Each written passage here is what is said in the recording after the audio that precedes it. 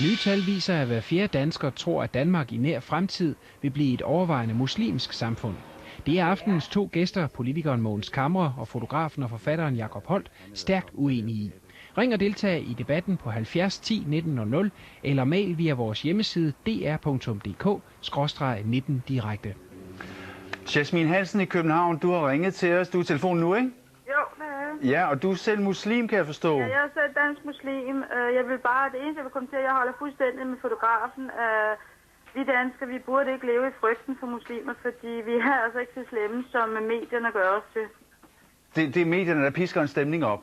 Ja, det må man sige, fordi hvis du lærer rigtige muslimer og den rigtige islam at kende, så er vi altså rimelig gode mennesker. Og samtidig, hvis danskerne indså, at de var kristne, de fleste af dem, og behandle deres medmennesker, som de burde gøre, for eksempel som vi muslimer skal gøre, og være søde ved alle vores medmennesker, så vil de, forstå mig ret, ja. så vil vi ikke frygte hinanden, så vil vi være gode ved alle mennesker. Jeg har forstået det, Jasmin. Vores tid den løber, så jeg skynder mig at hoppe videre til... tak fordi du ringede til Mogens Camre, fordi han sidder og smiler af det, du siger. Hvorfor gør du det, Camre? Jamen, det er jo så sødt, og hvis alle mennesker var gode ved hinanden, så var der ingen problemer. Men problemet er jo, at der er rent faktisk nogle forfærdelige forhold i de fleste muslimske lande. Forhold, som de fleste danskere mener, at det egentlig er berettiget, at folk flygter fra.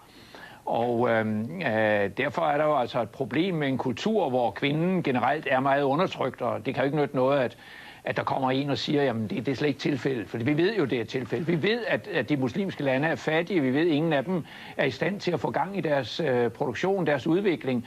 Og derfor køber jeg ikke den der historie, fordi den fortæller ikke noget. Så lad os, jeg stopper det her, Mogens Camre, jeg stopper det her. Lad os lige høre Knud Petersen fra Hadsund, og han er også i telefonen nu. Du er der, Petersen, ikke også? Jo, god aften, og jeg kan jo selvfølgelig kun give fotografen fuldstændig ret i det, han siger, og så kan jeg så spørge ham, præsten, om han virkelig tror, at man kan løse det her problem med Fort Europa med krig og vold, og synes han ikke, at han skulle prøve at kigge ud over sin egen næsetip?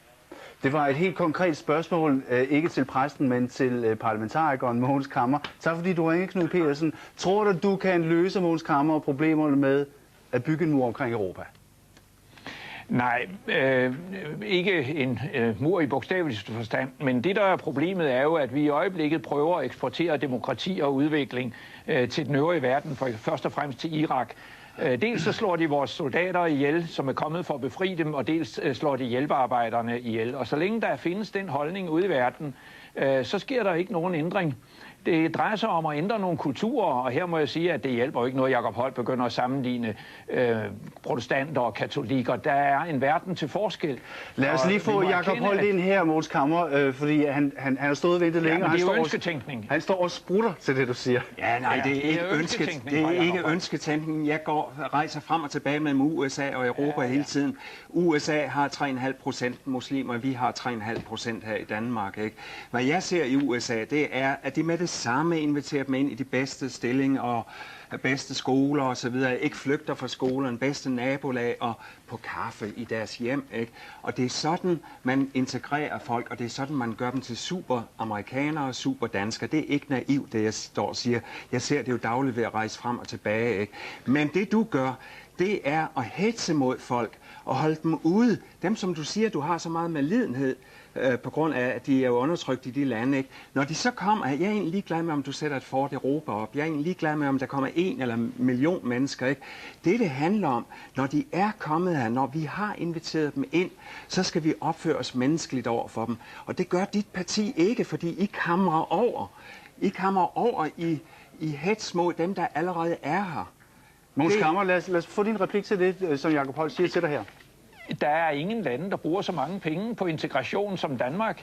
Vi prøver på skoler, vi prøver med uddannelsestilbud osv., men vi møder nogle mennesker, som skaber nogle forhold der, hvor de bor, som danskerne flygter fra.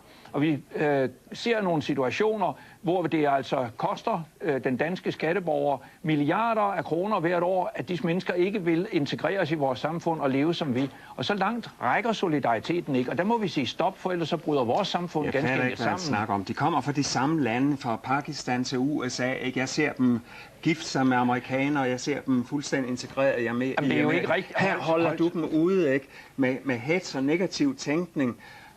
så det er jo ikke rigtigt, hvad du siger. Rigtigt. USA er meget selektiv i sin indvandrerpolitik og tager ikke hvem som helst.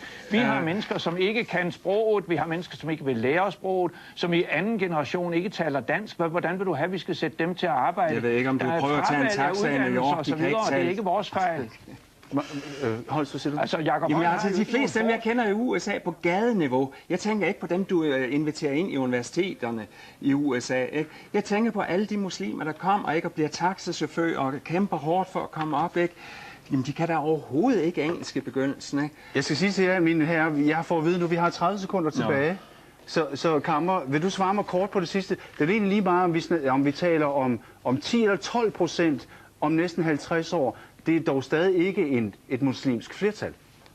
Jamen det kan man ikke sige noget om, fordi vi ved ikke, hvad der sker ude i verden, og der kan pludselig komme vældige strømme, fordi der er en overbefolkning i disse lande, som ikke kan skaffe sig et levebrød, og som ikke vil lære af os, Mogens Camre, og lære, hvordan man får et samfund til at fungere. Sidste bemærkning for dig, Mogens Camre. Jacob Holdt, ganske kort.